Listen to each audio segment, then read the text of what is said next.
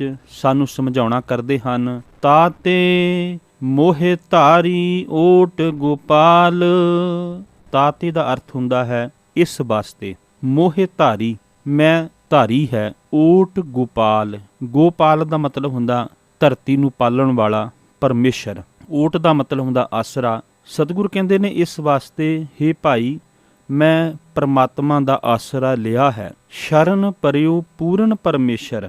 ਸਰਬ ਵਿਆਪਕ ਪਰਮਾਤਮਾ ਦੀ ਸ਼ਰਨ ਪਿਆ ਹਾਂ। ਬਿਨਸੇ ਸਗਲ ਜੰਜਾਲ, ਤੇ ਮੇਰੇ ਸਾਰੇ ਮਾਇਆ ਦੇ ਜੰਜਾਲ ਜਿਹੜੇ ਨੇ ਉਹ ਨਾਸ ਹੋ ਗਏ ਹਨ। ਸ਼ਰਨ ਪਰਿਓ ਪੂਰਨ ਪਰਮੇਸ਼ਰ। ਪੂਰਨਤਾ ਮਤਲਬ ਸਾਰੀ ਜਗ੍ਹਾ ਦੇ ਉੱਤੇ ਜਿਹੜਾ ਪੂਰਨ ਹੈ, ਸਾਰੇ ਜਗ੍ਹਾ ਦੇ ਉੱਤੇ ਵਿਆਪਕ ਹੈ, ਉਸ ਪਰਮੇਸ਼ਰ ਦੀ ਮੈਂ ਸ਼ਰਨ ਦੇ ਵਿੱਚ ਪਿਆ ਹਾਂ ਤੇ ਮੇਰੇ ਸਾਰੇ ਜੰਜਾਲ ਜਿਹੜੇ ਨੇ ਉਹ ਖਤਮ ਹੋ ਗਏ ਨੇ। ਹੁਣ ਸਤਿਗੁਰ ਮਹਾਰਾਜ ਨੇ ਕਿਹਾ ਵੀ ਮੈਂ ਓਟ ਲਈ ਹੈ ਕੇਵਲ ਪਰਮੇਸ਼ਰ ਦੀ। ਹੁਣ ਸਤਿਗੁਰ ਨੇ ਪਰਮੇਸ਼ਰ ਦੀ ਹੀ ਓਟ ਜਿਹੜੀ ਹੈ ਉਹ ਲੈਣ ਵਾਸਤੇ ਕਿਉਂ ਕਿਹਾ ਹੈ? ਕਿਉਂਕਿ ਪਰਮੇਸ਼ਰ ਜਿਹੜਾ ਹੈ ਉਹ ਸਰਬ ਵਿਆਪਕ ਪੂਰਨ ਹੈ, ਸਾਰੀਆਂ ਜਗ੍ਹਾ ਦੇ ਉੱਤੇ ਹੈ। ਸਤਿਗੁਰੂ ਮਹਾਰਾਜ ਵਡਹੰਸ ਰਾਗ ਦੇ ਵਿੱਚ ਵੀ ਆਖਦੇ ਨੇ, ਅੰਤਰਜਾਮੀ ਸੋ ਪ੍ਰਭ ਪੂਰਾ। ਜਿੱਥੇ ਉਹ ਪਰਮੇਸ਼ਰ ਪੂਰਾ ਹੈ, ਸਤਿਗੁਰੂ ਮਹਾਰਾਜ ਕਹਿੰਦੇ ਨੇ ਉੱਥੇ ਉਹ ਅੰਤਰਜਾਮੀ ਵੀ ਹੈ। ਅੰਤਰਜਾਮੀ ਦਾ ਮਤਲਬ ਹੁੰਦਾ ਅੰਦਰਲੀਆਂ ਦਿਲਾਂ ਦਾ ਜਾਣਨ ਵਾਲਾ। ਦਾਨ ਦੇ ਸਾਧੂ ਕੀ ਧੂਰਾ। ਤੇ ਉਹ ਪਰਮੇਸ਼ਰ ਜਿਹੜਾ ਹੈ ਗੁਰੂ ਦੇ ਮਿਲਾਪ ਦਾ ਦਾਨ ਜਿਹੜਾ ਹੈ ਉਹ ਦਿੰਦਾ ਹੈ। ਭਾਵ ਸਤ ਸੰਗਤ ਵਿੱਚ ਬੈਠਣ ਦਾ ਸਮਾਂ ਜਿਹੜਾ ਹੈ ਉਹ ਬਖਸ਼ਿਸ਼ ਕਰਦਾ ਹੈ। ਕਰ ਕਿਰਪਾ ਪ੍ਰਭ ਦੀਨ ਦਿਆਲਾ। ਐ ਪਰਮੇਸ਼ਰ ਮੇਰੇ ਉੱਤੇ ਕਿਰਪਾ ਕਰ, ਕਿਉਂਕਿ ਤੂੰ ਦਿਆਲ ਹੈ, ਦੀਨਾਂ ਦੇ ਉੱਤੇ ਦਇਆ ਕਰਨ ਵਾਲਾ ਹੈ। ਤੇਰੀ ਓਟ ਪੂਰਨ ਗੋਪਾਲ। ਮੈਂ ਤੇਰੀ ਹੀ ਕੇਵਲ ਆਸਰਾ ਤੱਕਿਆ ਹੈ, ਕਿਉਂਕਿ ਤੂੰ ਪੂਰਨ ਗੋਪਾਲ, ਭਾਵ ਤੂੰ ਪੂਰਨ ਤੌਰ ਤੇ ਸਭ ਨੂੰ ਸਹਾਰਾ ਦੇਣ ਵਾਲਾ ਹੈ। ਤੂੰ ਪਾਲਣ ਵਾਲਾ ਸਾਰਿਆਂ ਨੂੰ ਹੈ ਸਹਾਰਾ ਦੇ ਕਰਕੇ। ਇਸ ਕਰਕੇ ਸਾਹਿਬ ਕਹਿੰਦੇ ਨੇ, ਤਾਤੇ ਮੋਹਿ ਧਾਰੀ ਓਟ ਗੋਪਾਲ। ਮੈਂ ਉਸ ਮਾਲਕ ਪਰਮੇਸ਼ਰ ਦੀ ਆਸਰਾ ਜਿਹੜਾ ਹੈ ਉਹ ਤੱਕਿਆ ਹੈ। ਆਸਰਾ ਤੱਕਣ ਦਾ ਕਾਰਨ ਸਾਹਿਬ ਨੇ ਸਾਰੰਗ ਰਾਗ ਦੇ ਵਿੱਚ ਵੀ ਸਮਝਾਇਆ। ਸਾਹਿਬ ਕਹਿੰਦੇ ਨੇ, ਹੋਤੀ ਨਹੀਂ ਕਵਨ ਕਿਛ ਕਰਨੀ। ਮੇਰੇ ਕੋਲੋਂ ਤੇ ਕੁਝ ਵੀ ਕਰ ਨਹੀਂ ਹੋ ਰਿਹਾ। ਹੋਤੀ ਨਹੀਂ ਕਵਨ ਕਛ ਕਰਨੀ। ਮੇਰੇ ਕੋਲੋਂ ਕੁਝ ਵੀ ਨਹੀਂ ਹੋ ਰਿਹਾ। ਹੁਣ ਮੇਰੇ ਕੋਲੋਂ ਕੁਝ ਨਹੀਂ ਹੋ ਰਿਹਾ ਤੇ ਫਿਰ ਕੁਦਰਤੀ ਨਿਯਮ ਹੈ ਵੀ ਕਿਸੇ ਦਾ ਆਸਰਾ ਲੈਣਾ ਪਏਗਾ, ਕਿਸੇ ਦੀ ਸਹਾਇਤਾ ਲੈਣੀ ਪਏਗੀ। ਫਿਰ ਸਾਹਿਬ ਕਹਿਣ ਲੱਗੇ, ਇਹੀ ਓਟ ਪਾਈ ਮਿਲ ਸੰਤੈ ਗੋਪਾਲ ਏਕ ਕੀ ਸ਼ਰਣੀ। ਮੈਂ ਪਰਮੇਸ਼ਰ ਦੀ ਸ਼ਰਨ ਵਿੱਚ ਆ ਗਿਆ ਤੇ ਉਹਦੀ ਓਟ ਜਿਹੜੀ ਹੈ ਨਾ ਉਹ ਪਾ ਲਈ ਹੈ। ਕਿਉਂਕਿ ਮੇਰੇ ਕੋਲੋਂ ਤੇ ਕੁਝ ਨਹੀਂ ਹੋ ਰਿਹਾ, ਮੈਂ ਕਰ ਵੀ ਕੁਝ ਨਹੀਂ ਸਕਦਾ। ਉਹ ਮਾਲਕ ਹੀ ਹੈ ਜਿਹੜਾ ਸਾਨੂੰ ਵਿਕਾਰਾਂ ਦੇ ਵਿੱਚੋਂ ਕੱਢ ਦਿੰਦਾ ਹੈ। ਪੰਜ ਦੁਖ ਛਿਦਰ ਯਾ ਤਨ ਮੈਂ ਵਿਖੇ ਬਿਆਦ ਕੀ ਕਰਨੀ। ਆਸ ਅਪਾਰ ਦਿਨਸ ਗਣ ਰਾਖੇ ਗ੍ਰਸਤ ਜਾਤ ਬਲ ਜਰਨੀ। ਉਹ ਮਾਲਕ ਹੀ ਹੈ ਉਹ ਜਿਹੜਾ ਸਾਨੂੰ ਵਿਕਾਰਾਂ ਦੇ ਵਿੱਚੋਂ ਕੱਢ ਦਿੰਦਾ ਹੈ। ਤਾਈਓ ਤੇ 12 ਮਾਹਾਂ ਦੇ ਵਿੱਚ ਵੀ ਆਪਾਂ ਸਤਿਗੁਰੂ ਜੀ ਦਾ ਪਾਵਨ ਬਚਨ ਪੜ੍ਹਦੇ ਹਾਂ ਵੀ ਜਿਹੜੇ ਉਸ ਮਾਲਕ ਦੀ ਓਟ ਆਸਰਾ ਲੈ ਲੈਂਦੇ ਹਨ, ਓਟ ਗੋਬਿੰਦ ਗੋਪਾਲ ਰਾਏ ਸੇਵਾ ਸੁਆਮੀ ਲਾਹ। ਫਿਰ ਜਦੋਂ ਓਟ ਆਸਰਾ ਲੈ ਲੈਂਦਾ ਫਿਰ ਹੁੰਦਾ ਕੀ ਹੈ? ਵਿਖਿਆ ਪੋ ਨਾ ਸਕਈ ਮਿਲ ਸਾਧੂ ਗੁਣ ਗਾ। ਫਿਰ ਵਿਸ਼ੇ ਵਿਕਾਰ ਪੋ ਨਹੀਂ ਸਕਦੇ, ਕੁਝ ਤੰਗ ਨਹੀਂ ਜੇ ਕਰਦੇ। ਜਦੋਂ ਉਹਦੀ ਮਾਲਕ ਦੀ ਓਟ ਜਿਹੜੀ ਹੈ ਉਹ ਮਨੁੱਖ ਲੈ ਲੈਂਦਾ ਹੈ, ਆਸਰਾ ਮਾਲਕ ਲਾ ਲੈ ਲੈਂਦਾ ਹੈ। ਪਰ ਸਾਡੀ ਇੱਕ ਬੜੀ ਬਦਕਿਸਮਤੀ ਹੈ, ਅਸੀਂ ਪਰਮੇਸ਼ਰ ਦੀ ਓਟ ਲੈਣ ਦੀ ਬਜਾਏ, ਪਰਮੇਸ਼ਰ ਦਾ ਆਸਰਾ ਲੈਣ ਦੀ ਬਜਾਏ ਦੁਨਿਆਵੀ ਤੌਰ ਤੇ ਆਸਰੇ ਲੱਭਣ ਤੁਰ ਪੈਂਦੇ ਹਾਂ, ਦੁਨਿਆਵੀ ਤੌਰ ਤੇ ਆਸਰੇ ਭਾਲਦੇ ਫਿਰਦੇ ਹਾਂ। ਪਰ ਸਤਿਗੁਰ ਕਹਿਣ ਲੱਗੇ, ਨਹੀਂ, ਮੈਂ ਤੇ ਕੇਵਲ ਉਸ ਪਰਮੇਸ਼ਰ ਦਾ ਆਸਰਾ ਲਿਆ ਹੈ। ਤੇ ਆਸਰਾ ਲੈ ਕੇ ਜਦੋਂ ਉਸ ਮਾਲਕ ਦੀ ਸ਼ਰਨ ਦੇ ਵਿੱਚ ਗਿਆ ਹੈ, ਸ਼ਰਨ ਪਰਿਓ ਪੂਰਨ ਪਰਮੇਸ਼ਰ, ਪੂਰੇ ਪਰਮੇਸ਼ਰ ਦੀ ਸ਼ਰਨ ਦੇ ਵਿੱਚ, ਸਰਬ ਵਿਆਪਕ ਪਰਮੇਸ਼ਰ ਦੀ ਸ਼ਰਨ ਵਿੱਚ ਗਿਆ ਹਾਂ। ਤੇ ਫਿਰ ਸਾਹਿਬ ਕਹਿਣ ਲੱਗੇ, ਬਿਨਸੇ ਸਗਲ ਜੰਜਾਲ। ਤਾਂ ਮੇਰੇ ਸਾਰੇ ਵਿਕਾਰਾਂ ਦੇ ਜੰਜਾਲ ਜਿਹੜੇ ਸਨ ਉਹ ਖਤਮ ਹੋ ਗਏ, ਸਮਾਪਤ ਹੋ ਗਏ, ਬਿਨਸ ਗਏ। ਸਤਿਗੁਰੂ ਮਹਾਰਾਜ ਬਿਲਾਵਲ ਰਾਗ ਦੇ ਵਿੱਚ ਵੀ ਸਮਝਾਉਣਾ ਕਰਦੇ ਨੇ। ਸਾਹਿਬ ਕਹਿੰਦੇ ਨੇ, ਸਿਮਰ ਸਿਮਰ ਸਿਮਰ ਸੁਖ ਪਾਇਆ। ਉਸ ਮਾਲਕ ਨੂੰ ਸਿਮਰਦਿਆਂ ਜੀਵਨ ਨੇ ਸੁਖ ਪਾ ਲਿਆ। ਚਰਨ ਕਮਲ ਰੱਖ ਮਨ ਮਾਹੀ। ਉਹਦੇ ਚਰਨਾਂ ਕਮਲਾਂ ਦੇ ਵਿੱਚ ਆਪਣੇ ਮਨ ਨੂੰ ਰੱਖ ਦਿੱਤਾ। ਤਾਂ ਕਿ ਸ਼ਰਨ ਪਰਿਓ ਨਾਨਕ ਦਾਸ ਜਾਤੇ ਉਪਰ ਕੋ ਨਾਹੀ। ਨਾਨਕ ਦਾਸ ਉਸ ਪਰਮੇਸ਼ਰ ਦੀ ਸ਼ਰਨ ਦੇ ਵਿੱਚ ਪਿਆ ਹੈ ਜਿਸ ਦੇ ਉੱਪਰ ਹੋਰ ਕੋਈ ਵੀ ਨਹੀਂ ਹੈ, ਉਸ ਤੋਂ ਵੱਡਾ ਕੋਈ ਵੀ ਨਹੀਂ ਹੈ, ਉਸ ਤੋਂ ਉੱਪਰ ਤਾਕਤ ਰੱਖਣ ਵਾਲਾ ਕੋਈ ਨਹੀਂ ਹੈ। ਔਰ ਸ਼ਰਨ ਵੀ ਜੀਵ ਫਿਰ ਉਸ ਦੀ ਲਵੇਗਾ ਨਾ ਜਿਹਦਾ ਸਮਰੱਥ ਹੋਵੇ, ਜਿਹੜਾ ਸਭ ਕੁਝ ਕਰਨ ਵਾਲਾ ਹੋਵੇ, ਔਰ ਜਿਹਦੀ ਸ਼ਰਨ ਗਿਆ ਫਿਰ ਸਾਨੂੰ ਵਿਸ਼ੇ ਵਿਕਾਰ ਪੂ ਨਾ ਸਕਣ। ਤਾਈਓ ਸੇ ਸਾਹਿਬ ਪਾਵਨ ਬਾਣੀ ਦੇ ਵਿੱਚ ਸਮਝਾਉਣਾ ਕਰਦੇ ਨਾ, ਸਿੰਘ ਸ਼ਰਨ ਕਤ ਜਾਈਏ ਜਬ ਜੰਬਕ ਗਰਾਸੇ। ਕਹਿਣ ਲੱਗੇ ਵੀ ਜੇ ਲੂੰਬੜ ਆਦ ਹੀ ਵੱਢ ਦਵੇ ਤੇ ਫਿਰ ਸਿੰਘ ਦੀ ਸ਼ਰਨ ਵਿੱਚ ਜਾਣ ਦਾ ਕੀ ਫਾਇਦਾ। ਭਾਵ ਸ਼ੇਰ ਦੀ ਸ਼ਰਨ ਵਿੱਚ ਜਾਣ ਦਾ ਤੇ ਤਾਈਓ ਫਾਇਦਾ ਨਾ ਵੀ ਜੇ ਫਿਰ ਲੂੰਬੜ ਆਦਿਕ ਜਿਹੜਾ ਹੈ ਉਹ ਸਤਾਉਣ ਨਾ। ਇਸੇ ਤਰ੍ਹਾਂ ਪਰਮੇਸ਼ਰ ਬੇਅੰਤ ਹੈ ਤੇ ਉਹਦੀ ਸ਼ਰਨ ਦੇ ਵਿੱਚ ਜਦੋਂ ਵੀ ਜੀਵ ਚਲਾ ਜਾਂਦਾ ਹੈ, ਸਤਿਗੁਰੂ ਮਹਾਰਾਜ ਕਹਿੰਦੇ ਨੇ ਫਿਰ ਵਿਕਾਰਾਂ ਰੂਪੀ ਜੰਜਾਲ ਖਤਮ ਹੋ ਜਾਂਦੇ ਨੇ, ਸਮਾਪਤ ਹੋ ਜਾਂਦੇ ਨੇ, ਬਿਨਸ ਜਾਂਦੇ ਨੇ। ਤਾਈਓ ਤੇ ਭਗਤ ਕਬੀਰ ਜੀ ਮਾਰੂ ਰਾਗ ਦੇ ਵਿੱਚ ਕਹਿੰਦੇ ਨੇ ਨਾ, ਚਾਰ ਮੁਕਤ ਚਾਰੇ ਸਿੱਧ ਮਿਲ ਕੇ ਦੁੱਲੋਂ ਪ੍ਰਭ ਕੀ ਸ਼ਰਨ ਭਰਿਓ। ਚਾਰ ਮੁਕਤ ਭਾਵ ਜਿਹੜੀਆਂ ਚਾਰ ਮੁਕਤੀਆਂ ਨੇ, ਔਰ ਚਾਰੇ ਸਿੱਧ ਮਿਲ ਕੇ, ਔਰ ਸਿੱਧੀਆਂ ਜਿਹੜੀਆਂ ਗਿਣਤੀ ਦੇ ਵਿੱਚ 18 ਮੰਨੀਆਂ ਜਾਂਦੀਆਂ ਨੇ। ਚਾਰ ਮੁਕਤੀਆਂ 18 ਸਿੱਧੀਆਂ ਮਿਲ ਕੇ ਉਹ ਪ੍ਰਭੂ ਦੇ ਸ਼ਰਨ ਦੇ ਵਿੱਚ ਗਈਆਂ ਹੋਈਆਂ ਨੇ। ਭਾਵ ਜਿਹੜਾ ਮਾਲਕ ਦੀ ਸ਼ਰਨ ਵਿੱਚ ਚਲਾ ਗਿਆ ਉਹਨੂੰ ਫਿਰ ਆਪਣੀ ਮੁਕਤੀ ਦਾ ਵੀ ਕੋਈ ਡਰ ਨਹੀਂ ਵੀ ਮੇਰੀ ਮੁਕਤੀ ਨਹੀਂ ਹੋਵੇਗੀ। ਉਹਨੂੰ ਉਹਨਾਂ ਤਾਕਤਾਂ ਦਾ ਵੀ ਕੋਈ ਡਰ ਨਹੀਂ ਹੈ, ਕਿਉਂਕਿ ਤਾਕਤਾਂ ਵੀ ਉਸ ਮਾਲਕ ਦੇ ਕੋਲੋਂ ਹੀ ਮਿਲ ਜਾਣੀਆਂ ਨੇ। ਔਰ ਸਾਹਿਬ ਕਹਿੰਦੇ ਨੇ, ਮੁਕਤ ਪਇਓ ਚੋਹੋਂ ਜੁਗ ਜਾਣਿਓ ਜਸ ਕੀਰਤ ਮਾਥੇ ਛਤਰ ਧਰਿਓ। ਔਰ ਉਸ ਮਾਲਕ ਦੀ ਸ਼ਰਨ ਦੇ ਵਿੱਚ ਜਾਣ ਦੇ ਨਾਲ ਸਤਿਗੁਰੂ ਮਹਾਰਾਜ ਕਹਿੰਦੇ ਨੇ, ਮੁਕਤ ਪਇਓ ਚੋਹੋਂ ਜੁਗ ਜਾਣਿਓ, ਔਰ ਚੌਹਾਂ ਯੁੱਗਾਂ ਦੇ ਵਿੱਚ ਜਾਣਨ ਲੱਗ ਪਵੇਂਗਾ। ਤੇਰੀ ਮੁਕਤੀ ਹੋ ਜਾਵੇਗੀ। ਜਸ ਕੀਰਤ, ਔਰ ਤੇਰਾ ਕੀਰਤ, ਤੇਰੀ ਸਿਫਤ, ਤੇਰਾ ਜਸ ਲੋਕ ਗਾਣਗੇ। ਔਰ ਨਾਲ ਸਾਹਿਬ ਕਹਿਣ ਲੱਗੇ, ਮਾਥੇ ਛਤਰ ਧਰਿਓ, ਤੇਰੇ ਮੱਥੇ ਦੇ ਉੱਤੇ ਛਤਰ ਧਰੇ ਜਾਵਣਗੇ। ਭਾਵ ਜਿਹੜੇ ਛਤਰ ਰਾਜੇ ਮਹਾਰਾਜੇ ਆਪਣੇ ਸਿਰ ਉੱਤੇ ਚਲਾਉਂਦੇ ਨੇ ਨਾ, ਉਹ ਛਤਰ ਤੇਰੇ ਸਿਰ ਉੱਪਰ, ਭਾਵ ਤੈਨੂੰ ਦੁਨੀਆ ਦੇ ਲੋਕ ਮਾਣ ਤੇ ਵਡਿਆਈ ਜਿਹੜੀ ਹੈ ਉਹ ਬਖਸ਼ਿਸ਼ ਕਰਨਗੇ। ਪਰ ਸਾਹਿਬ ਕਹਿੰਦੇ ਨੇ ਉਸ ਮਾਲਕ ਦੀ ਸ਼ਰਨ ਵਿੱਚ ਜਾਣਾ ਪਏਗਾ। ਸਤਿਗੁਰੂ ਮਹਾਰਾਜ ਕਹਿੰਦੇ ਨੇ ਉਸ ਮਾਲਕ ਦੀ ਸ਼ਰਨ ਵਿੱਚ ਜਾਣ ਦੇ ਨਾਲ ਕੀ ਹੋਵੇਗਾ। ਦੁਰਮਤ ਹਰੀ ਸੇਵਾ ਕਰੀ ਭੇਟੇ ਸਾਧ ਕਿਰਪਾਲ, ਨਾਨਕ ਪ੍ਰਭ ਸਿਉ ਮਿਲ ਰਹੇ ਬਿਨ ਸੇ ਸਗਲ ਜੰਜਾਲ। ਦੁਰਮਤ ਦਾ ਮਤਲਬ ਹੁੰਦਾ ਭੈੜੀ ਮਤ। ਭੈੜੀ ਮਤ ਦੂਰ ਹੋ ਜਾਏਗੀ। ਕਦੋਂ ਹੋਵੇਗੀ? ਜਦੋਂ ਗੁਰੂ ਕਿਰਪਾ ਕਰਕੇ ਸੇਵਾ ਦਾ ਮਾਣ ਬਖਸ਼ ਦੇਵੇਗਾ। ਉਸ ਮਾਲਕ ਦੇ ਨਾਲ ਮਿਲਣ ਦੇ ਨਾਲ ਨਾਨਕ ਪ੍ਰਭ ਸਿਉ ਮਿਲ ਰਹੇ ਬਿਨਸੇ ਸਗਲ ਜੰਜਾਲ, ਸਾਰੇ ਜੰਜਾਲ ਜਿਹੜੇ ਨੇ ਉਹ ਖਤਮ ਹੋ ਜਾਵਣਗੇ, ਬਿਨਸ ਜਾਵਣਗੇ। ਸਤਿਗੁਰੂ ਮਹਾਰਾਜ ਕਹਿੰਦੇ ਨੇ ਗੁਜਰੀ ਰਾਗ ਦੇ ਅੰਦਰ, ਧੰਨ ਗੁਰੂ ਅਰਜਨ ਸਾਹਿਬ ਮਹਾਰਾਜ ਕਹਿੰਦੇ ਨੇ ਵੀ ਉਹ ਪਰਮੇਸ਼ਰ ਜਿਹਦੀ ਸ਼ਰਨ ਦੇ ਵਿੱਚ ਜੀਵ ਨੇ ਜਾਣਾ ਹੈ ਨਾ, ਉਹ ਸਮਰੱਥ ਹੈ, ਸਭ ਕੁਝ ਕਰਨ ਦੇ ਸਮਰੱਥ ਹੈ। ਤੂੰ ਸਮਰੱਥ ਸ਼ਰਨ ਕੋ ਦਾਤਾ ਦੁੱਖ ਭੰਜਨ ਸੁਖ ਰਾਏ। ਉਹ ਸਮਰੱਥ ਹੈ, ਉਹ ਸ਼ਰਨ ਦੇਣ ਵਾਲਾ ਹੈ, ਔਰ ਦੁੱਖਾਂ ਨੂੰ ਖਤਮ ਕਰਨ ਵਾਲਾ, ਔਰ ਸੁੱਖਾਂ ਦਾ ਪ੍ਰਕਾਸ਼ ਕਰਨ ਵਾਲਾ ਹੈ। ਤੂੰ ਸਮਰੱਥ ਸ਼ਰਨ ਕੋ ਦਾਤਾ ਦੁੱਖ ਭੰਜਨ, ਦੁੱਖਾਂ ਨੂੰ ਖਤਮ ਕਰਨ ਵਾਲਾ, ਸੁਖ ਰਾਏ, ਔਰ ਸੁੱਖਾਂ ਦਾ ਪ੍ਰਕਾਸ਼ ਕਰਨ ਵਾਲਾ ਹੈ। ਜਾਏ ਕਲੇਸ਼ ਮਿਟੇ ਭੈ ਪਰਮਾ, ਕਲੇਸ਼ ਖਤਮ ਹੋ ਜਾਂਦੇ ਨੇ, ਭਰਮ ਖਤਮ ਹੋ ਜਾਂਦੇ ਨੇ। ਨਿਰਮਲ ਗੁਣ ਪ੍ਰਭ ਗਾਏ, ਜਦੋਂ ਉਸ ਮਾਲਕ ਪਰਮੇਸ਼ਰ ਦੇ ਨਿਰਮਲ ਗੁਣ ਜਿਹੜੇ ਨੇ ਉਹ ਜੀਵ ਗਾਉਣ ਲੱਗ ਪੈਂਦਾ। ਗੋਬਿੰਦ ਤੁਝ ਬਿਨ ਅਬਰ ਨਾ ਠਾਉ, ਸਾਹਿਬ ਨੇ ਸਪਸ਼ਟ ਕਰ ਦਿੱਤਾ, ਐ ਪਰਮੇਸ਼ਰ ਤੇਰੇ ਤੋਂ ਬਿਨਾ ਹੋਰ ਕੋਈ ਮੈਨੂੰ ਥਾਂ ਨਹੀਂ ਹੈ। ਜਿਸ ਥਾਂ ਦੇ ਉੱਤੇ ਜਾ ਕੇ ਮੈਂ ਕਿਸੇ ਦੀ ਸ਼ਰਨ ਵਿੱਚ ਆਵਾਂ, ਕਿਸੇ ਦੀ ਓਟ ਜਿਹੜੀ ਹੈ ਉਹ ਤੱਕਾ, ਤੇਰੇ ਤੋਂ ਬਿਨਾ ਕੋਈ ਸ਼ਰਨ ਦੇਣ ਵਾਲਾ ਨਹੀਂ ਹੈ। ਇਸੇ ਕਰਕੇ ਤੇ ਆਪਾਂ ਸੁਖਮਨੀ ਸਾਹਿਬ ਜੀ ਦੀ ਪਾਵਨ ਬਾਣੀ ਦੇ ਵਿੱਚ ਪੜ੍ਹਦੇ ਹਾਂ ਕਿ ਉਹ ਮਾਲਕ ਸ਼ਰਨ ਦੇਣ ਦੇ ਯੋਗ ਹੈ, ਉਹ ਪਰਮੇਸ਼ਰ ਸ਼ਰਨ ਦੇਣ ਵਾਲਾ ਹੈ। ਸ਼ਰਨ ਜੋਗ ਸੁਣ ਸ਼ਰਨੀ ਆਏ, ਵੀ ਇਹ ਸੁਣ ਲਿਆ ਵੀ ਤੂੰ ਸ਼ਰਨ ਦੇਣ ਦੇ ਯੋਗ ਆ, ਹੋਰ ਕੋਈ ਯੋਗ ਨਹੀਂ ਹੈ ਸੰਸਾਰ ਦੇ ਅੰਦਰ। ਕਿਉਂਕਿ ਜਿਹੜਾ ਸਭ ਤੋਂ ਵਧੇਕ ਤਾਕਤਵਰ ਹੋਵੇਗਾ ਉਹਨੂੰ ਕਿਸੇ ਦਾ ਕੋਈ ਡਰ ਨਹੀਂ ਹੈ, ਤੇ ਉਹੀ ਸਭ ਨੂੰ ਸ਼ਰਨ ਦੇਣ ਦੇ ਯੋਗ ਹੋਏਗਾ। ਔਰ ਮਾਲਕ ਪਰਮੇਸ਼ਰ ਸਭ ਤੋਂ ਵੱਡਾ ਹੈ, ਸਭ ਤੋਂ ਵਧੇਕ ਤਾਕਤਵਰ ਹੈ, ਤੇ ਉਹੀ ਕਿਸੇ ਨੂੰ ਸ਼ਰਨ ਦੇਣ ਦੇ ਯੋਗ ਹੈ। ਤੇ ਸਾਹਿਬ ਗੁਰੂ ਅਰਜਨ ਸਾਹਿਬ ਮਹਾਰਾਜ ਕਹਿੰਦੇ ਨੇ, ਗੋਬਿੰਦ ਤੁਝ ਬਿਨ ਅਵਰ ਨਾ ਠਾਉ, ਤੇਰੇ ਤੋਂ ਬਿਨਾ ਹੋਰ ਮੈਨੂੰ ਕੋਈ ਥਾਂ ਨਹੀਂ ਹੈ। ਕਰ ਕਿਰਪਾ ਪਾਰ ਬ੍ਰਹਮ ਸੁਆਮੀ, ਜਪੀ ਤੁਮਾਰਾ ਨਾਮ। ਕਿਰਪਾ ਕਰ ਮਾਲਕ ਪਰਮੇਸ਼ਰ, ਮੈਂ ਤੇਰਾ ਨਾਮ ਜਿਹੜਾ ਹੈ ਨਾ ਉਹ ਜਪਾਂ, ਤੇਰੀ ਸ਼ਰਨ ਦੇ ਵਿੱਚ ਆ ਕਰਕੇ।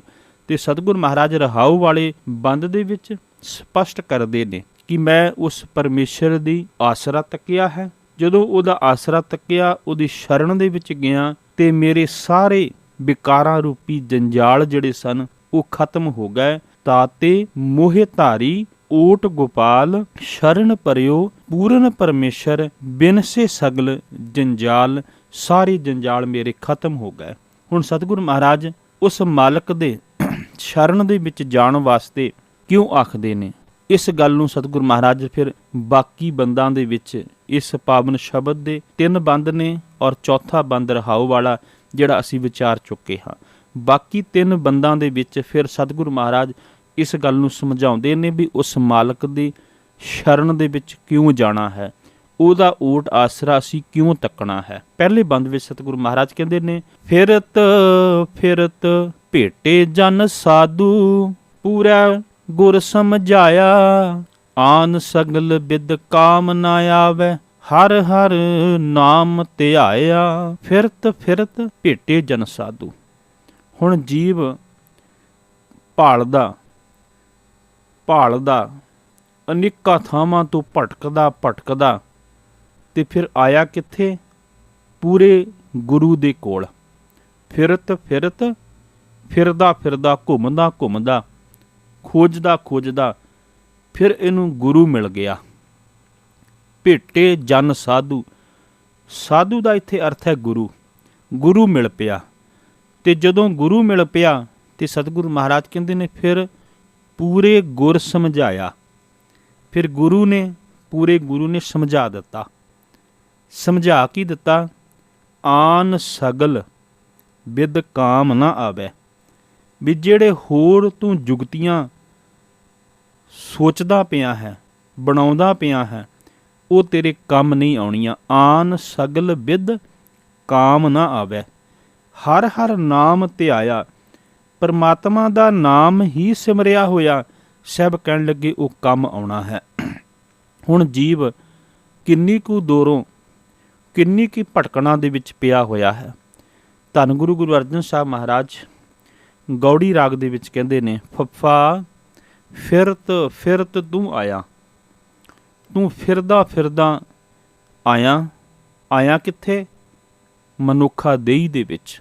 ਫੱਫਾ ਫਿਰਤ ਫਿਰਤ ਤੂੰ ਆਇਆ, ਦੁਰਲਭ ਦੇ ਕਲਯੁਗ ਮੈਂ ਪਾਇਆ।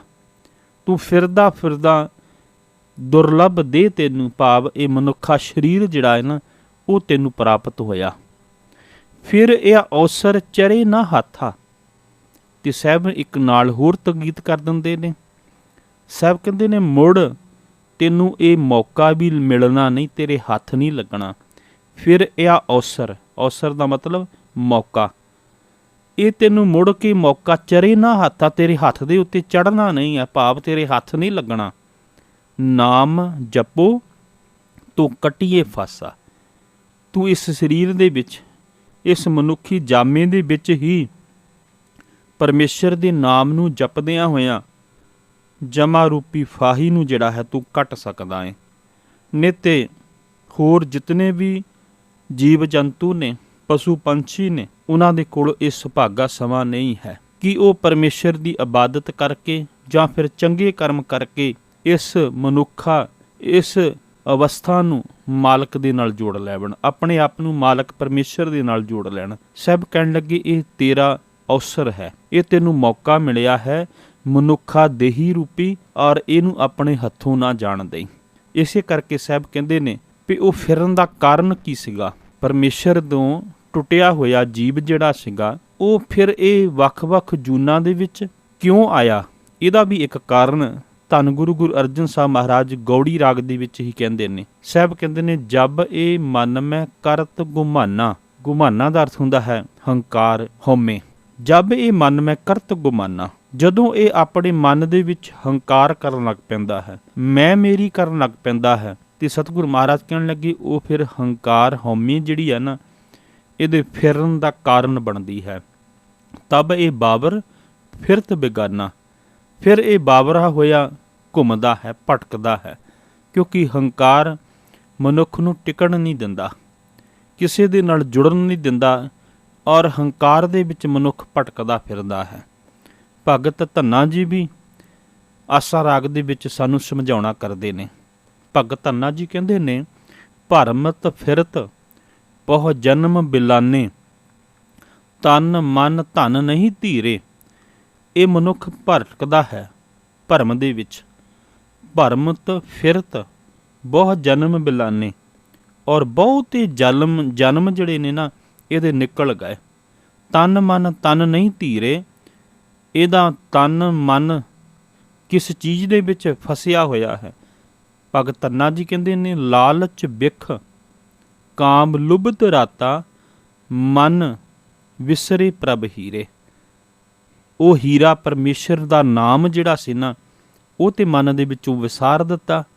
ਤੇ ਫਸਿਆ ਕਿੱਥੇ ਨੇ? ਲਾਲਚ ਬਿਖ, ਲਾਲਚ ਰੂਪੀ ਜ਼ਹਿਰ, ਕਾਮ ਲੁਭਤ ਰਾਤਾ, ਕਾਮ ਦੇ ਵਿੱਚ ਰਤਿਆ ਹੋਇਆ ਇਹ ਲੁਬਧ ਹੋਇਆ ਪਿਆ ਹੈ। ਔਰ ਹਿਰਦੇ ਦੇ ਵਿੱਚੋਂ ਪਰਮੇਸ਼ਰ ਵਰਗੇ ਹੀਰੇ ਨਾਮ ਜਿਹੜਾ ਹੈ ਉਹ ਵਿਸਾਰ ਦਿੱਤਾ। ਤੇ ਫਿਰ ਸਾਹਿਬ ਕਹਿਣ ਲੱਗੇ, ਹੋਇਆ ਕਿ ਬਿਖ ਫਲ ਮੀਠ ਲੱਗੇ ਮਨ ਬੌਰੇ, ਚਾਰ ਵਿਚਾਰ ਨਾ ਜਾਣਿਆ। ਜਦੋਂ ਇਹ ਮਨ ਲਾਲਚ ਦੇ ਵਿੱਚ ਫਸਿਆ ਹੋਇਆ, ਕਾਮ ਦੇ ਵਿੱਚ ਲੁਭਤ ਹੋਇਆ ਤੇ ਪਰਮੇਸ਼ਰ ਨੂੰ ਵਿਸਾਰਿਆ ਹੋਇਆ, ਫਿਰ ਇਹਨੂੰ ਕੀ ਸਤਿਗੁਰ ਕਹਿੰਦੇ ਨੇ? ਬਿਖ ਫਲ, ਜ਼ਹਿਰ ਰੂਪੀ ਫਲ ਮੀਠ ਲੱਗੇ ਮਨ ਬੌਰੇ। ਇਸ ਬੌਰੇ ਹੋਏ ਮਨ ਨੂੰ ਉਹ ਫਲ ਮਿੱਠੇ ਲੱਗ ਰਹੇ ਨੇ। ਚਾਰ ਵਿਚਾਰ ਨਾ ਜਾਣਿਆ, ਇਹਨੇ ਸੁੰਦਰ ਵਿਚਾਰ ਨੂੰ ਜਾਣਿਆ ਹੀ ਨਹੀਂ। ਤੇ ਸੁੰਦਰ ਵਿਚਾਰ ਸੀ ਮਾਲਕ ਦੇ ਨਾਮ, ਉਹਨੂੰ ਇਹਨੇ ਨਹੀਂ ਜਾਣਿਆ। ਸਗੋਂ ਲਾਲਚ ਤੇ ਕਾਮ ਦੇ ਵਸ ਹੋਇਆ, ਇਹੀ ਇਹਨੂੰ ਮਿੱਠਾ ਲੱਗਣ ਲੱਗ ਪਿਆ। ਤੇ ਭਗਤ ਧੰਨਾ ਜੀ ਕਹਿੰਦੇ ਨੇ, ਗੁਣ ਤੇ ਪ੍ਰੀਤ ਵੱਡੀ ਅਨਭਾਤੀ, ਜਨਮ ਮਰਨ ਫਿਰ ਤਾਣਿਆ। ਇਹਦਾ ਜਨਮ ਤੇ ਮਰਨ ਫਿਰ ਇਹਦੇ ਸਾਹਮਣੇ ਹੈ। ਜੇ ਸਤਿਗੁਰੂ ਮਹਾਰਾਜ ਕਹਿੰਦੇ ਨੇ ਵੀ ਇਹ ਲਾਲਚ ਦੇ ਵਿੱਚ, ਕਾਮ ਦੇ ਵਿੱਚ ਲੁਭਤ ਹੋਇਆ, ਵਿਕਾਰਾਂ ਦੇ ਵਿੱਚ ਲੁਭਤ ਹੋਇਆ, ਇਹ ਉਹਨੂੰ ਪਿਆਰ ਕਰਨ ਲੱਗ ਪਿਆ ਤੇ ਪਰਮੇਸ਼ਰ ਤੇ ਨਾਮ ਨੂੰ ਵਿਸਾਰ ਦਿੱਤਾ ਨਾ, ਫਿਰ ਸਾਹਿਬ ਕਹਿਣ ਲੱਗੇ ਇਹਦਾ ਜਨਮ ਤੇ ਮਰਨਾ ਫਿਰ ਅੱਗੇ ਹੀ ਅੱਗੇ ਹੈ, ਪੱਕਾ ਹੈ। ਜਮ ਜਮ ਮਰੇ, ਮਰੇ ਫਿਰ ਜੰਮੈ, ਬਹੁਤ ਸਜਾਏ ਪਿਆ ਦੇਸ਼ ਲੰਮੇ। ਫਿਰ ਜੰਮੇਗਾ, ਮਰ ਜਾਵੇਗਾ, ਮਰ ਜਾਏਗਾ, ਫਿਰ ਜੰਮ ਪਵੇਗਾ। ਔਰ ਉਹ ਫਿਰ ਜਨਮ ਮਰਨ ਦਾ ਉਹ ਤਾਣਾ ਬਾਣਾ ਸਤਿਗੁਰ ਕਹਿੰਦੇ ਨੇ ਫਿਰ ਤੇਰੇ ਅੱਗੇ ਹੀ ਹੈ। ਇਹਨੂੰ ਸਾਹਿਬ ਕਹਿੰਦੇ ਨੇ ਫਿਰਤ ਫਿਰਤ, ਵੀ ਫਿਰ ਕੇ ਤੇ ਪਰਤ ਕੇ ਫਿਰ ਸਤਿਗੁਰੂ ਮਹਾਰਾਜ ਕਹਿੰਦੇ ਨੇ ਗੁਰੂ ਮਿਲ ਗਿਆ, ਕਿਉਂਕਿ ਮਾਲਕ ਦੀ ਸ਼ਰਨ ਦੇ ਵਿੱਚ ਆ ਗਿਆ। ਤੇ ਸਾਹਿਬ ਕਹਿੰਦੇ ਨੇ ਫਿਰਤ ਫਿਰਤ ਪ੍ਰਭ ਆਇਆ, ਪਰਿਆ ਤਉ ਸ਼ਰਨਾਏ, ਨਾਨਕ ਕੀ ਪ੍ਰਭ ਬੇਨਤੀ ਆਪਣੀ ਭਗਤੀ ਲਾਏ। ਸਾਹਿਬ ਕਹਿਣ ਲੱਗੇ ਮਾਲਕ ਦੇ ਅੱਗੇ ਬੇਨਤੀ ਕਰ, ਐ ਪਰਮੇਸ਼ਰ ਮੈਂ ਤੇਰੀ ਸ਼ਰਨ ਦੇ ਵਿੱਚ ਆਇਆ ਤੇ ਮੈਨੂੰ ਆਪਣੀ ਭਗਤੀ ਜਿਹੜੀ ਆ ਨਾ ਉਹ ਦੇ ਦੇ, ਮੈਨੂੰ ਭਗਤੀ ਦੇ ਦੇ। ਕਿਉਂਕਿ ਉਹਦੇ ਮਾਲਕ ਦੀ ਭਗਤੀ ਤੋਂ ਬਗੈਰ, ਉਹਦੇ ਨਾਮ ਤੋਂ ਬਗੈਰ ਇਹ ਫਿਰਤ ਫਿਰਤ ਦਾ, ਇਹ ਜਨਮ ਮਰਨ ਦਾ ਇਹ ਤਾਣਾ ਬੋਣਾ ਖਤਮ ਨਹੀਂ ਜੇ ਹੋਣਾ। ਸਤਿਗੁਰੂ ਮਹਾਰਾਜ ਆਸਾ ਰਾਗ ਦੇ ਵਿੱਚ ਵੀ ਸਮਝਾਉਣਾ ਕਰਦੇ ਨੇ, ਕਹਿੰਦੇ ਨੇ ਪੂਰੇ ਗੁਰੂ ਨੇ ਇਹ ਗੱਲ ਦੱਸਣੀ ਹੈ। ਕਿਤੇ ਅਧੂਰੇ ਗੁਰੂ ਕੋਲ ਚਲੇ ਜਾਵੇਂਗਾ, ਅਧੂਰੇ ਗੁਰੂ ਨੇ ਆਪਣੇ ਨਾਲ ਜੋੜ ਲੈਣਾ, ਤੈਨੂੰ ਮਾਲਕ ਦੇ ਦਰ ਦੇ ਉੱਤੇ ਪ੍ਰਵਾਨ ਨਹੀਂ ਜੇ ਕਰਵਾਉਣਾ। ਸਤਿਗੁਰੂ ਮਹਾਰਾਜ ਧੰਨ ਗੁਰੂ ਅਮਰਦਾਸ ਮਹਾਰਾਜ ਰਾਗ ਆਸਾ ਗੁਰੂ ਗ੍ਰੰਥ ਸਾਹਿਬ ਜੀ ਦੇ ਪਾਵਨ ਪੰਨਾ 424 ਦੇ ਉੱਤੇ ਸਮਝਾਉਂਦੇ ਨੇ, ਕਹਿੰਦੇ ਨੇ ਪੂਰੇ ਗੁਰ ਸਮਝਾਇਆ। ਇਹ ਪੂਰੇ ਗੁਰੂ ਨੇ ਸਮਝਾਉਣਾ ਹੈ। ਮਤ ਉੱਤਮ ਹੋਈ, ਜਦੋਂ ਪੂਰੇ ਗੁਰੂ ਨੇ ਸਮਝਾ ਦਿੱਤਾ ਨਾ ਤੇ ਜੀਵ ਦੀ ਮਤ ਜਿਹੜੀ ਹੈ ਉਹ ਚੰਗੀ ਹੋ ਜਾਣੀ ਹੈ, ਉੱਚੀ ਹੋ ਜਾਣੀ ਹੈ। ਜਦੋਂ ਉੱਚੀ ਹੋ ਗਈ ਫਿਰ ਕਹਿਣ ਲੱਗੇ ਅੰਤਰ ਸੀਤਲ ਸ਼ਾਂਤ ਹੋਏ, ਨਾਮੇ ਸੁਖ ਹੋਈ। ਅੰਦਰ ਨਾਮ ਰੂਪੀ ਰਸ ਨੇ ਸ਼ਾਂਤੀ ਵਰਤਾ ਦੇਣੀ ਹੈ ਤੇ ਉਸ ਨਾਮ ਨੇ ਹੀ ਹਿਰਦੇ ਘਰ ਦੇ ਅੰਦਰ ਸੁੱਖ ਪੈਦਾ ਕਰ ਦੇਣਾ ਹੈ। ਅੰਤਰ ਸ਼ੀਤਲ ਸ਼ਾਂਤ ਹੋਏ, ਨਾਮੇ ਸੁਖ ਹੋਈ, ਪੂਰਾ ਸਤਿਗੁਰ ਤਾਂ ਮਿਲੇ ਜਾਂ ਨਦਰ ਕਰੇ। ਜਦੋਂ ਮਾਲਕ ਦੀ ਨਦਰ ਹੋ ਗਈ ਨਾ ਤੇ ਸਾਹਿਬ ਕਹਿਣ ਲੱਗੇ ਫਿਰ ਪੂਰਾ ਗੁਰੂ ਮਿਲਣਾ ਹੈ, ਜਿਹੜਾ ਅੱਜ ਸਤਿਗੁਰੂ ਮਹਾਰਾਜ ਪਹਿਲੇ ਬੰਦ ਵਿੱਚ ਕਹਿੰਦੇ ਨਾ, ਫਿਰਤ ਫਿਰਤ ਭੇਟੇ ਜਨ ਸਾਧੂ, ਪੂਰੇ ਗੁਰ ਸਮਝਾਇਆ। ਉਹ ਪੂਰਾ ਗੁਰੂ ਤਾਂ ਮਿਲਣਾ ਜੇ ਮਾਲਕ ਦੀ ਨਦਰ ਹੋ ਗਈ। ਤੇ ਜਦੋਂ ਫਿਰ ਨਦਰ ਹੋ ਗਈ, ਪੂਰਾ ਗੁਰੂ ਮਿਲ ਗਿਆ, ਤੇ ਫਿਰ ਸਾਹਿਬ ਕਹਿਣ ਲੱਗੇ ਕਿਲ ਵਿਖ ਪਾਪ ਸਭ ਕੱਟੀਐ, ਫਿਰ ਦੁਖ ਬਿਗਨ ਨਾ ਹੋਈ। ਕਿਲ ਬਿਖ ਪਾਪ ਸਭ ਕੱਟੀਏ। ਜਨਮਾਂ ਜਨਮਾਂ ਦੇ ਪਾਪ ਜਿਹੜੇ ਨੇ ਨਾ ਉਹ ਫਿਰ ਕੱਟੇ ਜਾਣੇ। ਸਤਿਗੁਰੂ ਮਹਾਰਾਜ ਕਹਿਣ ਲੱਗੇ ਦੁੱਖ ਵਿਘਨ ਨਾ ਹੋਈ, ਤੇ ਦੁੱਖ ਤੇ ਵਿਘਨ ਜਿਹੜੇ ਨੇ ਉਹ ਫਿਰ ਜੀਵਨ ਦੇ ਅੰਦਰ ਵਿਆਪਣੇ ਨਹੀਂ ਹੈ। ਭਾਵ ਦੁੱਖ ਤੇ ਵਿਘਨ ਜਿਹੜੇ ਨੇ ਉਹ ਖਤਮ ਹੋ ਜਾਣੇ ਨੇ। ਪਰ ਸਾਹਿਬ ਕਹਿਣ ਲੱਗੇ ਉਸ ਵਕਤ ਜਿਸ ਵਕਤ ਤੂੰ ਗੁਰੂ ਦੀ ਸ਼ਰਨ ਦੇ ਵਿੱਚ ਆ ਜਾਏਗਾ। ਤੇ ਸਤਿਗੁਰੂ ਮਹਾਰਾਜ ਕਹਿੰਦੇ ਨੇ ਫਿਰਤ ਫਿਰਤ ਭੇਟੇ ਜਨ ਸਾਧੂ, ਪੂਰੇ ਗੁਰ ਸਮਝਾਇਆ ਆਨ ਸਗਲ ਬਿਦ ਕਾਮ ਨਾ ਆਵੈ, ਹਰ ਹਰ ਨਾਮ ਤੇ ਆਇਆ। ਹੋਰ ਜਿੰਨੇ ਵੀ ਮਨੁੱਖ ਜੁਗਤੀਆਂ ਵਰਤਦਾ ਹੈ, ਸਾਹਿਬ ਕਹਿਣ ਲੱਗੇ ਉਹ ਕੰਮ ਨਹੀਂ ਆਉਣੀਆਂ, ਕੇਵਲ ਕੰਮ ਆਉਣਾ ਤੇ ਹਰੀ ਦਾ ਨਾਮ ਧਿਆਇਆ ਹੋਇਆ, ਉਹੀ ਕੰਮ ਆਉਣਾ ਹੈ। ਤੇ ਸਤਿਗੁਰੂ ਮਹਾਰਾਜ ਦੂਸਰੇ ਬੰਦ ਦੇ ਵਿੱਚ ਫਿਰ ਸਮਝਾਉਣਾ ਕਰਦੇ ਨੇ ਸੁਰਗ ਮਿਰਤ ਪਿਆਲ ਭੂ ਮੰਡਲ, ਸਗਲ ਵਿਆਪੀ ਮਾਏ, ਜੀ ਉਦਾਹਰਨ ਸਭ ਕੁਲ ਤਾਰਨ, ਹਰ ਹਰ ਨਾਮ ਧਿਆਏ। ਸਤਿਗੁਰੂ ਮਹਾਰਾਜ ਕਹਿੰਦੇ ਨੇ ਵੀ ਜੀਵ ਦਾ ਵੀ ਕੋਈ ਇਹਦੇ ਵਿੱਚ ਕਸੂਰ ਨਹੀਂ ਹੈ। ਸਾਹਿਬ ਕਹਿਣ ਲੱਗੇ ਸੁਰਗ ਮਿਰਤ ਪਿਆਲ ਭੂ ਮੰਡਲ। ਸੁਰਗ ਦਾ ਅਰਥ ਹੁੰਦਾ ਦੇਵ ਲੋਕ, ਮਿਰਤ ਦਾ ਅਰਥ ਹੈ ਮਾਤ ਲੋਕ, ਪਿਆਲ ਦਾ ਮਤਲਬ ਹੈ ਪਤਾਲ, ਭੂ ਮੰਡਲ ਦਾ ਮਤਲਬ ਹੈ ਸਾਰੀਆਂ ਧਰਤੀਆਂ। ਸਤਿਗੁਰੂ ਮਹਾਰਾਜ ਕਹਿੰਦੇ ਨੇ ਹੀ ਭਾਈ ਦੇਵ ਲੋਕ, ਮਾਤ ਲੋਕ, ਪਤਾਲ, ਸਾਰੀ ਹੀ ਸ੍ਰਿਸ਼ਟੀ ਮਾਇਆ ਦੇ ਮੋਹ ਵਿੱਚ ਫਸੀ ਹੋਈ ਹੈ। ਸਗਲ ਵਿਆਪੀ ਮਾਏ, ਸਾਰੀ ਸ੍ਰਿਸ਼ਟੀ ਨੂੰ ਵਿਆਪ ਰਹੀ ਹੈ ਮਾਇਆ। ਸਗਲ ਵਿਆਪੀ ਮਾਏ, ਸਾਰੀ ਸ੍ਰਿਸ਼ਟੀ ਨੂੰ ਇਹ ਮਾਇਆ ਜਿਹੜੀ ਹੈ ਨਾ ਉਹ ਵਿਆਪ ਰਹੀ ਹੈ। ਤੇ ਸਤਿਗੁਰੂ ਮਹਾਰਾਜ ਕਹਿੰਦੇ ਨੇ ਕਹੋ ਨਾਨਕ ਗੁਰ ਪੂਰਾ ਪਾਇਆ, ਤਾਤੇ ਬਹੁਰ ਨਾ ਵਿਆਪੇ ਮਾਇਆ। ਹੁਣ ਸੁਰਗ ਲੋਕ, ਮਿਰਤ ਲੋਕ, ਪਤਾਲ ਲੋਕ ਤੇ ਸਾਰੀਆਂ ਧਰਤੀਆਂ, ਉਹਦੇ ਵਿੱਚ ਜਿਹੜੇ ਜੀਵ ਵਸਦੇ ਨੇ ਉਹਨਾਂ ਨੂੰ ਮਾਇਆ ਜਿਹੜੀ ਹੈ ਉਹ ਵਿਆਪ ਰਹੀ ਹੈ। ਤੇ ਸਿਰਫ ਵਿਆਪ ਕਿਹਨੂੰ ਨਹੀਂ ਰਹੀ? ਸਤਿਗੁਰੂ ਮਹਾਰਾਜ ਕਹਿੰਦੇ ਨੇ ਜਿਹਨੂੰ ਪੂਰਾ ਗੁਰੂ ਪ੍ਰਾਪਤ ਹੋ ਗਿਆ। ਕਹੋ ਨਾਨਕ ਗੁਰ ਪੂਰਾ ਪਾਇਆ, ਜਿਹਨੇ ਪੂਰੇ ਗੁਰੂ ਨੂੰ ਪਾ ਲਿਆ, ਸਾਹਿਬ ਕਹਿਣ ਲੱਗੇ ਤਾਤੇ ਬਹੁਰ ਨਾ ਵਿਆਪੇ ਮਾਇਆ, ਬਸ ਉਹਨੂੰ ਹੀ ਇਹ ਮਾਇਆ ਜਿਹੜੀ ਹੈ ਨਾ ਉਹ ਵਿਆਪਤੀ ਨਹੀਂ ਹੈ। ਨਿਤ ਸਾਰੀ ਜੀਵ ਮਾਇਆ ਦੇ ਵਿੱਚ ਵਿਆਪਤ ਹੋਏ ਨੇ, ਫਸੇ ਹੋਏ ਨੇ। ਸਤਿਗੁਰੂ ਆਸਾ ਰਾਗ ਦੇ ਵਿੱਚ ਵੀ ਸਮਝਾਉਣਾ ਕਰਦੇ ਨੇ ਸਗਲ ਤਿਆਗ ਹਰ ਸ਼ਰਨੀ ਆਇਆ, ਤਿਸ ਜਨ ਕਹਾਂ ਵਿਆਪੇ ਮਾਇਆ। ਵੀ ਮਾਇਆ ਉਹਨੂੰ ਨਹੀਂ ਵਿਆਪਦੀ ਜਿਹੜਾ ਬਾਕੀ ਸਭ ਨੂੰ ਤਿਆਗ ਕਰਕੇ, ਭਾਵ ਹੋਰ ਕਿਸੇ ਦੀ ਓਟ, ਹੋਰ ਕਿਸੇ ਦਾ ਆਸਰਾ ਨਾ ਤੱਕੇ, ਕੇਵਲ ਮਾਲਕ ਦੀ ਸ਼ਰਨ ਦੇ ਵਿੱਚ ਆ ਜਾਏ, ਪਰਮੇਸ਼ਰ ਦੀ ਸ਼ਰਨ ਦੇ ਵਿੱਚ ਆ ਜਾਏ। ਤੇ ਸਾਹਿਬ ਕਹਿਣ ਲੱਗੇ ਜਦੋਂ ਉਹ ਪਰਮੇਸ਼ਰ ਦੀ ਸ਼ਰਨ ਦੇ ਵਿੱਚ ਆ ਜਾਏਗਾ ਨਾ ਤੇ ਫਿਰ ਉਹਨੂੰ ਇਹ ਮਾਇਆ ਵਿਆਪੇਗੀ ਨਹੀਂ, ਮਾਇਆ ਮੋਹੇਗੀ ਨਹੀਂ, ਮਾਇਆ ਦੇ ਵਿੱਚ ਗ੍ਰਸਤ ਨਹੀਂ ਹੋਵੇਗਾ। ਸਗਲ ਤਿਆਗ ਹਰ ਸ਼ਰਨੀ ਆਇਆ, ਤਿਸ ਜਨ ਕਹਾਂ ਵਿਆਪੇ ਮਾਇਆ, ਉਹਨੂੰ ਫਿਰ ਮਾਇਆ ਨਹੀਂ ਵਿਆਪੇਗੀ। ਤੇ ਨਾਲ ਸਾਹਿਬ ਕਹਿਣ ਲੱਗੇ ਨੇ ਜੀ ਉਦਾਹਰਨ ਸਭ ਕੁਲ ਤਾਰਨ, ਹਰ ਹਰ ਨਾਮ ਧਿਆਇਆ। ਜੀ ਉਦਾਹਰਨ, ਜਿਹੜੇ ਜੀਵ ਪਰਮੇਸ਼ਰ ਦੀ ਸ਼ਰਨ ਦੇ ਵਿੱਚ ਆ ਜਾਂਦੇ ਨੇ ਔਰ ਸ਼ਰਨ ਵਿੱਚ ਆ ਕੇ ਨਾਮ ਨੂੰ ਸਿਮਰਨ ਦੇ ਨੇ, ਤੇ ਸਤਿਗੁਰੂ ਮਹਾਰਾਜ ਕਹਿੰਦੇ ਨੇ ਫਿਰ ਹੁੰਦਾ ਕੀ ਹੈ? ਜੀ ਉਦਾਹਰਨ, ਉਹਨਾਂ ਦੀ ਆਪਣੀ ਜਿੰਦ ਮਾਇਆ ਤੋਂ ਬਚ ਜਾਂਦੀ ਹੈ, ਉਹਨਾਂ ਦੀ ਆਪਣੀ ਜਿੰਦ ਦਾ ਉਧਾਰ ਹੋ ਜਾਂਦਾ ਹੈ। ਤੇ ਆਪਣੀ ਜਿੰਦ ਦਾ ਹੀ ਉਧਾਰ ਨਹੀਂ ਹੁੰਦਾ, ਸਾਹਿਬ ਕਹਿਣ ਲੱਗੇ ਸਭ ਕੁੱਲ ਤਾਰਨ, ਤੇ ਉਹ ਆਪਣੀਆਂ ਸਾਰੀਆਂ ਕੁੱਲਾਂ ਦਾ ਵੀ ਉਧਾਰ ਕਰ ਦਿੰਦਾ ਹੈ, ਆਪਣੀਆਂ ਕੁੱਲਾਂ ਦਾ ਵੀ ਤਾਰਨਾ ਕਰ ਦਿੰਦਾ ਹੈ। ਹਰ ਹਰ ਨਾਮ ਧਿਆਇਆ, ਹਰੀ ਪਰਮੇਸ਼ਰ ਦੇ ਨਾਮ ਨੂੰ ਸਿਮਰਦਿਆਂ ਸਿਮਰਦਿਆਂ ਸਾਹਿਬ ਕਹਿਣ ਲੱਗੇ ਉਹ ਜੀਵ ਆਪਣੀ ਜਿੰਦ ਦਾ ਵੀ ਉਧਾਰ ਕਰ ਲੈਂਦਾ ਹੈ ਤੇ ਸਾਰੀਆਂ ਕੁੱਲਾਂ ਜਿਹੜੀਆਂ ਨੇ ਉਹਨਾਂ ਦਾ ਵੀ ਉਧਾਰ ਜਿਹੜਾ ਹੈ ਉਹ ਕਰ ਦਿੰਦਾ ਹੈ। ਪਰ ਕਿਹਨਾਂ ਦਾ? ਜਿਹੜੇ ਪਰਮੇਸ਼ਰ ਦੀ ਸ਼ਰਨ ਵਿੱਚ ਆ ਜਾਂਦੇ ਨੇ ਔਰ ਸ਼ਰਨ ਵਿੱਚ ਆ ਕੇ ਉਸ ਮਾਲਕ ਦੇ ਨਾਮ ਨੂੰ ਜਿਹੜਾ ਹੈ ਉਹ ਜਪਦੇ ਨੇ, ਪਰਮੇਸ਼ਰ ਦੇ ਨਾਮ ਨੂੰ ਸਿਮਰਦੇ ਨੇ। ਉਹਨਾਂ ਦੇ ਵਾਸਤੇ ਸਤਿਗੁਰੂ ਮਹਾਰਾਜ ਕਹਿੰਦੇ ਨੇ ਉਹ ਆਪ ਵੀ ਤਰ ਜਾਂਦੇ ਨੇ, ਆਪ ਮੁਕਤ ਮੋਹਿ ਤਾਰੇ, ਕਿਉਂਕਿ ਉਹ ਪਰਮੇਸ਼ਰ ਆਪ ਮੁਕਤ ਹੈ, ਵਿਕਾਰਾਂ ਤੋਂ ਨਿਰੰਜਨ ਹੈ ਔਰ ਆਪਣੇ ਸ਼ਰਨ ਵਿੱਚ ਆਏ ਹੋਏ ਜੀਵ ਦਾ ਵੀ ਉਹ ਪਰਮੇਸ਼ਰ ਉਧਾਰ ਕਰ ਦਿੰਦਾ ਹੈ ਔਰ ਉਹਨਾਂ ਦੇ ਕੁੱਲਾਂ ਦਾ ਵੀ ਉਧਾਰ ਜਿਹੜਾ ਹੈ ਉਹ ਹੋ ਜਾਂਦਾ ਹੈ। ਔਰ ਸਤਿਗੁਰੂ ਮਹਾਰਾਜ ਅਖੀਰਲੇ ਬੰਦ ਦੇ ਵਿੱਚ ਫਿਰ ਸਮਝਾਉਣਾ ਕਰਦੇ ਨੇ। ਸਤਿਗੁਰ ਕਹਿੰਦੇ ਨੇ ਨਾਨਕ ਨਾਮ ਨਿਰੰਜਨ ਗਾਈਐ, ਪਾਈਐ ਸਰਬ ਨਿਧਾਨਾ। ਕਰ ਕਿਰਪਾ ਜਿਸ ਦੇ ਸੁਆਮੀ, ਵਿਰਲੇ ਕਾਹੂ ਜਾਨਾ।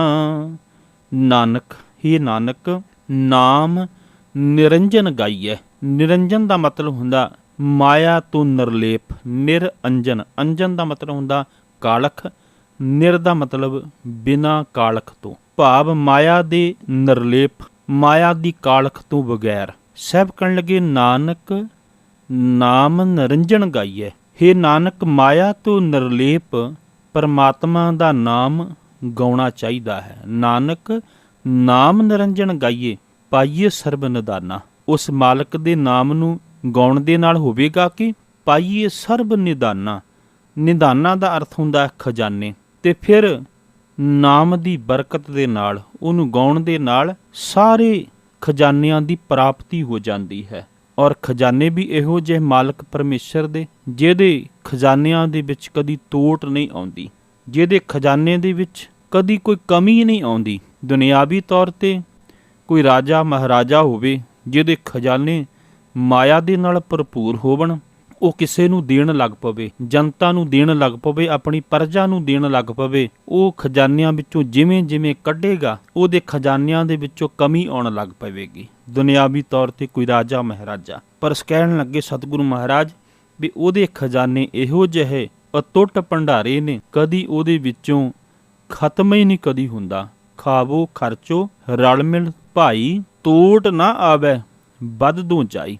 ਉਹ ਵੱਧਦੇ ਹੀ ਜਾਂਦੇ ਨੇ, ਉਹਦੇ ਵਿੱਚ ਕਦੀ ਤੋਟਾ ਨਹੀਂ ਆਉਂਦਾ। ਉਸ ਮਾਲਕ ਦੇ ਖਜ਼ਾਨੇ ਇਹੋ ਜਿਹੇ ਨੇ। ਫਿਰ ਦੂਸਰੀ ਗੱਲ, ਉਸ ਮਾਲਕ ਦੇ ਖਜ਼ਾਨਿਆਂ ਦੀ ਇੱਕ ਖੂਬਸੂਰਤੀ ਇਹ ਹੈ ਵੀ ਉਹਦੇ ਖਜ਼ਾਨਿਆਂ ਦੇ ਵਿੱਚ ਜੋ ਉਹਨੇ ਇੱਕ ਵਾਰ ਪਾ ਦਿੱਤਾ ਨਾ, ਮੁੜ ਕੇ ਉਹਨੂੰ ਪਾਉਣ ਦੀ ਲੋੜ ਵੀ ਨਹੀਂ ਪਈ। ਕਦੀ ਲੋੜ ਨਹੀਂ ਪਈ, ਉਹਨੇ ਇੱਕ ਵਾਰ ਪਾ ਦਿੱਤਾ, ਮੁੜ ਪਾਉਣ ਦੀ ਲੋੜ ਨਹੀਂ ਪਈ। ਜੋ ਕਿਛ ਪਾਇਆ ਸੋ ਏਕਾ ਵਾਰ, ਇੱਕ ਵਾਰੀ ਉਹਨੇ ਆਪਣੇ ਖਜ਼ਾਨਿਆਂ ਵਿੱਚ ਪਾ ਦਿੱਤਾ ਤੇ ਮੁੜ ਉਹਨੂੰ ਪਾਉਣ ਦੀ ਲੋੜ ਹੀ ਨਹੀਂ ਪਈ। ਉਹਦੇ ਖਜ਼ਾਨੇ ਇਹੋ ਜਿਹੇ ਨੇ। ਤੇ ਸਤਿਗੁਰੂ ਮਹਾਰਾਜ ਕਹਿੰਦੇ ਨੇ ਉਸ ਮਾਲਕ ਪਰਮੇਸ਼ਰ ਜਿਹੜਾ ਕਾਲਕ ਤੋਂ ਰਹਿਤ ਹੈ, ਉਹਦੇ ਨਾਮ ਨੂੰ ਗਾਉਣ ਦੇ ਨਾਲ ਕੀ ਹੋਵੇਗਾ? ਪਾਈਏ ਸਰਬ ਨਿਧਾਨਾ। ਸਾਰੇ ਖਜ਼ਾਨੇ ਜਿਹੜੇ ਨੇ ਉਹ ਪ੍ਰਾਪਤ ਹੋ ਜਾਵਣਗੇ, ਪ੍ਰਾਪਤ ਹੋ ਜਾਵਣਗੇ। ਤੇ ਸਤਿਗੁਰੂ ਮਹਾਰਾਜ ਕਹਿੰਦੇ ਨੇ ਮਾਰੂ ਰਾਗ ਦੇ ਅੰਦਰ, ਧੰਨ ਗੁਰੂ ਅਰਜਨ ਸਾਹਿਬ ਮਹਾਰਾਜ, ਮਿਲਿਓ ਤਿਸ ਸਰਬ ਨਿਧਾਨਾ। ਉਹਨੂੰ ਸਾਰੇ ਨਿਧਾਨ ਭਾਵ ਖਜ਼ਾਨੇ ਮਿਲ ਜਾਂਦੇ ਨੇ। ਪ੍ਰਭ ਕਿਰਪਾਲ ਜਿਸ ਦੀਵੰਨਾ, ਸਤਿਗੁਰੂ ਮਹਾਰਾਜ ਕਹਿੰਦੇ ਜਿਹਦੇ ਉੱਤੇ ਉਹ ਮਾਲਕ ਕਿਰਪਾ ਕਰ ਦਵੇ। ਮਿਲਿਓ ਤਿਸ ਸਰਬ ਨਿਧਾਨਾ, ਪ੍ਰਭ ਕਿਰਪਾਲ ਜਿਸ ਦੀਵੰਨਾ, ਸੁਖ ਨਾਨਕ ਸੰਤਨ ਕੀ ਸੇਵਾ, ਚਰਨ ਸੰਤ ਧੋਏ ਪੀਵਨਾ। ਸਾਹਿਬ ਕਹਿਣ ਲੱਗੇ ਸੁਖ ਨਾਨਕ ਸੰਤਨ ਕੀ ਸੇਵਾ, ਸੰਤ ਜਨਾਂ ਦੀ, ਸਾਧ ਜਨਾਂ ਦੀ ਸੇਵਾ ਕਰਨ ਦੇ ਨਾਲ ਤੇ ਗੁਰੂ ਦੇ ਚਰਨਾਂ ਦੇ ਨਾਲ ਜੁੜਨ ਦੇ ਨਾਲ ਕੀ ਹੋਵੇਗਾ? ਸੁੱਖ ਪ੍ਰਾਪਤ ਹੋ ਜਾਏਗਾ ਔਰ ਸਾਰੇ ਖਜ਼ਾਨੇ ਜਿਹੜੇ ਨੇ ਉਹ ਪ੍ਰਾਪਤ ਹੋ ਜਾਵਣਗੇ। ਤੇ ਸਾਹਿਬ ਕਹਿੰਦੇ ਨੇ ਕਰ ਕਿਰਪਾ ਜਿਸ ਦੇ ਸੁਆਮੀ, ਵਿਰਲੇ ਕਾਹੂ ਜਾਨਾ। ਔਰ ਇਹ ਭੇਦ ਕਿਹਨੂੰ ਪ੍ਰਾਪਤ ਹੁੰਦਾ ਹੈ? ਇਹ ਪਤਾ ਕਿਹਨੂੰ ਲੱਗਦਾ ਹੈ? ਬਿਰਲੇ ਕਾਹੂ ਜਾਨਾ। ਸਾਹਿਬ ਕਹਿਣ ਲੱਗੇ ਕਿਸੇ ਬਿਰਲੇ ਮਨੁੱਖ ਨੂੰ ਇਹ ਸਮਝ, ਇਹ ਭੇਦ ਪਤਾ ਲੱਗਦਾ ਹੈ। ਕਿਹਨੂੰ ਲੱਗਦਾ ਹੈ? ਕਰ ਕਿਰਪਾ ਜਿਸ ਦੇ ਸੁਆਮੀ, ਜਿਸ ਨੂੰ ਮਾਲਕ ਕਿਰਪਾ ਕਰ ਦੇਵੇ, ਮਿਹਰ ਕਰਕੇ ਨਾਮ ਦੀ ਦਾਤ ਜਿਹੜੀ ਹੈ ਉਹ ਬਖਸ਼ ਦੇਵੇ। ਕਰ ਕਿਰਪਾ ਜਿਸ ਦੇ ਸੁਆਮੀ, ਵਿਰਲੇ ਕਾਹੂ ਜਾਨਾ। ਜਿਹਨੂੰ ਉਹ ਮਾਲਕ ਕਿਰਪਾ ਕਰਕੇ ਨਾਮ ਦੀ ਦਾਤ ਬਖਸ਼ਿਸ਼ ਕਰ ਦੇਵੇ, ਸਾਹਿਬ ਕਹਿਣ ਲੱਗੇ ਉਹ ਬਿਰਲੇ ਮਨੁੱਖ ਨੂੰ ਹੀ ਇਸ ਗੱਲ ਦਾ ਸਮਝ, ਇਸ ਗੱਲ ਦੀ ਭੇਦ ਜਿਹੜੀ ਹੈ ਉਹ ਪ੍ਰਾਪਤ ਹੁੰਦੀ ਹੈ। ਸੋ ਸਤਿਗੁਰੂ ਮਹਾਰਾਜ ਨੇ ਅੱਜ ਦੇ ਸਮੁੱਚੇ ਸ਼ਬਦ ਦੇ ਅੰਦਰ ਸਾਨੂੰ ਇਹੀ ਸਮਝਾਉਣਾ ਕੀਤਾ ਕਿ ਇਹ ਜੀਵ, ਤੂੰ ਉਸ ਮਾਲਕ ਪਰਮੇਸ਼ਰ ਦੀ ਸ਼ਰਨ ਦੇ ਵਿੱਚ ਆ ਜਾ। ਤੂੰ ਦੁਨੀਆ ਦੇ ਬਾਕੀ ਓਟ, ਦੁਨੀਆ ਦੇ ਬਾਕੀ ਆਸਰੇ ਉਹਨੂੰ ਛੱਡ ਦੇ। ਕੇਵਲ ਇੱਕ ਮਾਲਕ ਪਰਮੇਸ਼ਰ ਦੀ ਓਟ ਲੈ ਲੈ, ਤੇ ਜਦੋਂ ਉਹਦੀ ਓਟ ਲੈ ਕੇ ਉਹਦੀ ਸ਼ਰਨ ਵਿੱਚ ਚਲਾ ਜਾਵੇਂਗਾ ਤੇ ਸਾਹਿਬ ਕਹਿਣ ਲੱਗੇ ਤੇਰੇ ਸਾਰੇ ਵਿਕਾਰਾਂ ਰੂਪੀ ਜੰਜਾਲ ਜਿਹੜੇ ਨੇ ਉਹ ਖਤਮ ਹੋ ਜਾਵਣਗੇ, ਬਿਨਸ ਜਾਵਣਗੇ ਜਦੋਂ ਤੂੰ ਮਾਲਕ ਦੀ ਸ਼ਰਨ ਦੇ ਵਿੱਚ ਆ ਜਾਵੇਂਗਾ। ਕਿਉਂਕਿ ਜੀਵ ਬਹੁਤ ਲੰਬਾ ਸਮਾਂ ਭਟਕਣ ਤੋਂ ਬਾਅਦ ਫਿਰ ਇਹ ਮਨੁੱਖਾ ਦੇਹੀ ਮਿਲਦੀ ਹੈ। ਅਤੇ ਜਦੋਂ ਮਨੁੱਖਾ ਦੇਹੀ ਵਿੱਚ ਆ ਕੇ ਇਹ ਪੂਰੇ ਗੁਰੂ ਨੂੰ ਮਿਲ ਜਾਂਦਾ ਹੈ ਅਤੇ ਗੁਰੂ ਫਿਰ ਇੱਕ ਗੱਲ ਸਮਝਾ ਦਿੰਦਾ ਹੈ ਵੀ ਹੋਰ ਕਿਸੇ ਕੰਮ ਨਹੀਂ ਆਉਣੇ, ਕੋਈ ਵੀ ਕੀਤੀਆਂ ਹੋਈਆਂ ਜੁਗਤੀਆਂ, ਕੇਵਲ ਹਰੀ ਦੇ ਨਾਮ ਨੂੰ ਧਿਆ ਲੈ, ਕਿਉਂਕਿ ਨਾਮ ਨੂੰ ਧਿਆਉਣ ਦੇ ਨਾਲ ਤੂੰ ਮਾਇਆ ਤੋਂ ਬਚ ਸਕਦਾ ਹੈ। ਨਿੱਤੇ ਸਾਰੀ ਸ੍ਰਿਸ਼ਟੀ ਦੇ ਜੀਵ ਇਹ ਮਾਇਆ ਦੇ ਵਿੱਚ ਵਿਆਪੇ ਹੋਏ ਨੇ, ਔਰ ਜਿਹੜੇ ਇਸ ਮਾਇਆ ਦੇ ਵਿੱਚੋਂ ਨਿਕਲ ਜਾਂਦੇ ਨੇ ਉਹ ਆਪਣੀ ਜਿੰਦ ਦਾ ਵੀ ਉਧਾਰ ਕਰ ਲੈਂਦੇ ਨੇ, ਔਰ ਕੁੱਲਾਂ ਦਾ ਵੀ ਸਾਹਿਬ ਕਹਿਣ ਲੱਗੇ ਉਹ ਆਪਣੀਆਂ ਦਾ ਉਧਾਰ ਕਰ ਲੈਂਦੇ ਨੇ। ਔਰ ਇਸ ਗੱਲ ਦੀ ਸਮਝ ਵੀ ਸਾਹਿਬ ਕਹਿਣ ਲੱਗੇ ਬਿਰਲੇ ਮਨੁੱਖ ਨੂੰ ਪ੍ਰਾਪਤ ਹੁੰਦੀ ਹੈ, ਜਿਹਦੇ ਉੱਤੇ ਉਹ ਮਾਲਕ ਦਇਆ ਕਰ ਦੇਵੇ, ਕਿਰਪਾ ਕਰ ਦੇਵੇ। ਸਤਿਗੁਰੂ ਦਾਤਾ ਸਾਡੀ ਉੱਤੇ ਵੀ ਰਹਿਮਤ ਕਰੇ, ਸਾਨੂੰ ਵੀ ਇਸ ਗੱਲ ਦੀ ਸੋਝੀ ਦੇ ਸਕੇ। ਇਸ ਕਰਕੇ ਅਸੀਂ ਵੀ ਗੁਰੂ ਦੀ ਸ਼ਰਨ ਵਿੱਚ ਚਲੀਏ ਔਰ ਗੁਰੂ ਦੇ ਕੋਲੋਂ ਸਿੱਖਿਆ ਪ੍ਰਾਪਤ ਕਰਕੇ ਆਪਣੇ ਜੀਵਨ ਦਾ ਇਹ ਭਰਮ ਕੱਢ ਦਈਏ। ਸੋ ਸਤਿਗੁਰੂ ਦਾਤਾ ਰਹਿਮਤ ਕਰੇ।